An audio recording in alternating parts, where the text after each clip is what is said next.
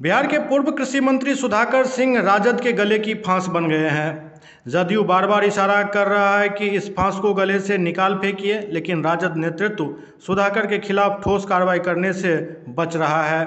और यही कारण है कि जदयू के एक धड़े को लगने लगा है कि सुधाकर को राजद के नीति निर्धारकों का समर्थन मिल रहा है। मुख्यमंत्री नीतीश कुमार तुरंत नाराजगी जाहिर नहीं करते हैं, लेकिन यह नाराजगी उनके सहयोगियों के चेहरे पर झलकने लगती है।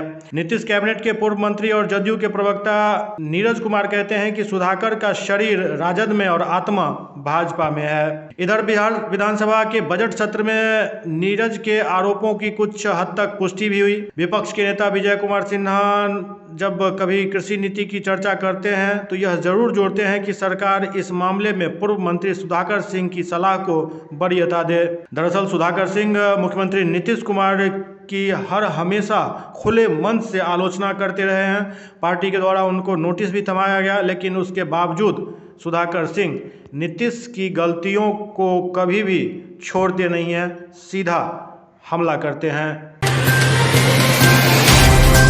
बिहार में कानून व्यवस्था की स्थिति ऐसी है जो सिर्फ आम जनता ही नहीं बल्कि पुलिस वाले भी निशाना बन रहे हैं। ताज़ा मामला सारण से जुड़ा हुआ है। सारण के गरखा थाना क्षेत्र के मैकी गांव में अपराधियों को पकड़ने गई एसआईटी की टीम पर बदमाशों ने फायरिंग कर दी।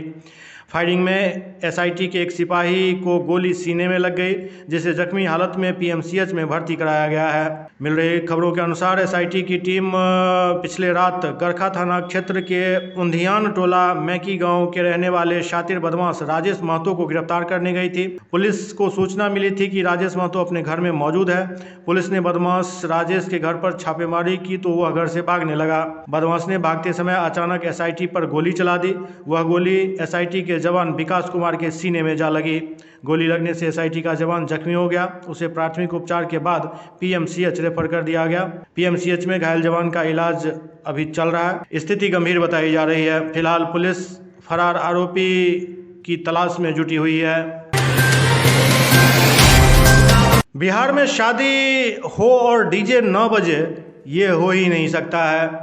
डीजे और वो भी तेज आवाज़ में जब तक बजता नहीं है तब तक शायद लोगों को ये यकीन ही नहीं होता है जो घर में शादी भी है। लेकिन अब ये डीजे जानलेवा होता जा रहा है। सीतामढ़ी में एक दूल्हे की मौत स्टेज पर ही डीजे की तेज आवाज़ों के कारण हो गई। प्राप्त जानकारी के अनुसार सीतामढ़ी जिला के इंदरवा में डीजे के तेज साउंड से दूल्हे की मौत हो गई। डीजे के तेज साउंड से दूल्हे को बेचैनी होने लगी। दूल्हा स्टेज पर ही चक्कर खाकर गिर पड़ा और उसकी मौत हो गई। जहां कुछ देर पहले हंसी ठिठोली और शहनाई और बाजे गाजे का माहौल था, वहीं मातम छा गया। दूल्हा और दुल्हन के परिवार गम में डूब गए। दरअसल परिहार प्रखंड के धनहा पंचायत के मनिथर वार्ड संख्या 9 के निवासी सुरेंद्र कुमार की शादी इंदरवा की एक युवती से हो रही थी। बरमाला की रस्म हो चुकी थी। दूल्हा दुल्हन एक दूसरे को बरमाला पहना चुके थे। दोनों स्टेज पर बैठे थे और परिवार वाले आशीर्वाद की रस्म कर रहे थे। तभी अचानक दूल्हा बेहोश होकर गिरा। वहाँ अफरा तफरी मच गई। जब तक लोग कुछ समझ पाते तब तक दूल्हे के प्राण पखेरु उड़ चुके थे। पिछले दिनों बिहार विधानसभा में भी डीजे और अश्लील गीतों को लेकर चर्चा हुई थी, जिसमें कार्रवाई का भरोसा सरकार की तरफ से दिया गया था, लेकिन इसका असर होता नहीं दिख रहा है। बिहार में स्वास्थ्य विभाग ने राज्य के 8 मेडिकल कॉलेज अस्पतालों में नए अधीक्षक और 2 मेडिकल कॉलेज अस्पतालों में नए प्राचार्य की नियुक्ति की है, जिसमें दरभंगा का डीएमसीएच भी शामिल है। डीएमसीएच के नेत्र रोग विभाग की प्रोफेसर डॉक्टर अलका झा को डीएमसीएच का नया अधीक्षक बनाया गया है। डॉक्टर अलका झा नेत्र रोग विशेषज्ञ हैं। अलका झा के डीएमसीएच अधीक्षक बनने के बाद उनको बधाइयाँ देने के लिए लोगों का तांता लगा हुआ है। बिहार में अब कोई भी परीक्षा हो, सख्ती बहुत ज़्यादा दिखाई जाती है। यहाँ तक कि बच्चों को ठंड में भी जूते मोजे पहनने का आदेश नहीं है। उनको चप्पल पहनकर ही परीक्षा देना होता है। लेकिन एक राज्य और है इस देश में, कर्नाटक, जहाँ की लड़कियाँ हिजाब पहनकर परीक्षा देने की अनुमति मांगने के लिए सुप्रीम कोर्ट पहुंच गई। सुप्रीम कोर्ट से इस मामले को तुरंत सुनने की गुजारिश की गई, लेकिन सुप्रीम कोर्ट ने मना कर दिया। एक वकील ने मुख्य न्यायाधीश DY चंद्रचूड़ से कहा कि हिजाब की अनुमति न होने के कारण कई लड़कियां 9 मार्च से शुरू होने वाली परीक्षा में शामिल नहीं हो पाएंगी। इस पर जवाब देते हुए CJI ने कहा कि होली की छुट्टी के बाद सुनवाई के लिए बेंच का गठन करेंगे। दरअसल होली के कारण 12 मार्च तक सुप्रीम कोर्ट में छुट्टी रहेगी। इस मामले पर सुप्रीम कोर्ट का कहना है कि वह एक बेंच का गठन करेगा और कर्नाटक में 5 दिनों के बाद होने वाली परीक्षा में हिजाब पहनने वाली छात्राओं को परीक्षा में शामिल होने की अनुमति देने की याचिका पर सुनवाई करेगा। कोर्ट का कहना है कि मामले को होली के बाद वह सूचीबद्ध करेगी। अब एक ही देश में 2 तरह के नियम कैसे हो सकते हैं? यदि कर्नाटक में सुप्रीम कोर्ट हिजाब की अनुमति देती है तो बिहार सरकार को भी इस पर सोचना पड़ेगा। कर्नाटक में एक बीजेपी विधायक के बेटे के घर लोकायुक्त ने छापा मारा और यहां भारी मात्रा में नोट का जखीरा जब्त किया गया। लोकायुक्त की एंटी करप्शन ब्रांच ने कल भाजपा विधायक मदल विरूपाक्षप्पा के बेटे प्रशांत मंडल को 40 लाख रुपए रिश्वत लेते गिरफ्तार किया था। प्रशांत मंडल के आवास पर आज छापा मारा गया, जहां से करीब 6 करोड़ रुपए बरामद हुए हैं। छापा अभी भी जारी है और इस मामले के मुख्य आरोपी प्रशांत के साथ अब तक 5 लोगों को कस्टडी में लिया गया है। बीजेपी विधायक विरूपाक्षप्पा को इस केस में आरोपी बनाया गया है। लोकायुक्त का कहना है कि MLA फिलहाल फरार हैं, उनकी तलाश की जा रही है।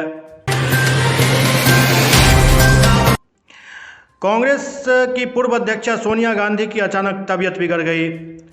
उनको दिल्ली के गंगाराम अस्पताल में भर्ती कराया गया है। उन्हें बुखार की शिकायत के बाद अस्पताल में भर्ती कराया गया था, जहां डॉक्टरों की निगरानी में उन्हें रखा गया है। सर गंगाराम अस्पताल की ओर से जारी किए गए हेल्थ बुलेटिन के मुताबिक UPA चेयरपर्सन सोनिया गांधी का चेस्ट मेडिसिन डिपार्टमेंट के सीनियर कंसल्टेंट डॉक्टर अरूप बासु की निगरानी में इलाज चल रहा है। उन्हें गुरुवार को बुखार आने के बाद भर्ती कराया गया है। वह लगातार डॉक्टर्स की निगरानी में है और कई जांचों के दौर से गुजर रही हैं।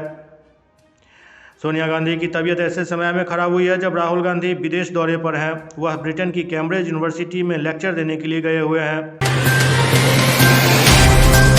झारखंड में बजट सत्र जारी है। आज वित्त मंत्री डॉक्टर रामेश्वर उरांव ने वित्तीय वर्ष 2023-24 के लिए बजट पेश किया। झारखंड के वित्त मंत्री डॉक्टर रामेश्वर उरांव ने आज वित्तीय वर्ष 2023-24 के लिए 1,16,418 करोड़ रुपए का बजट पेश किया।